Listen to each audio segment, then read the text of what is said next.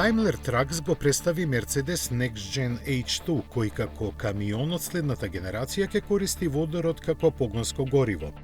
Го задвижуваат две единици горивни келии со вкупна системска моќност од 408 конски сили, сместени во просторот под кабината.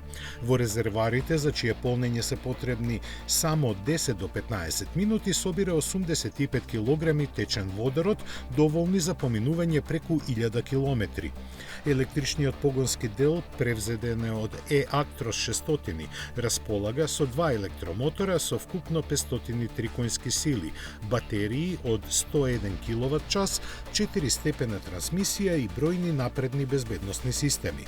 Се најавува производство на мала серија од по околу 100 единици, кои од крајот на годинава ќе им бидат испорачувани на избрани клиенти.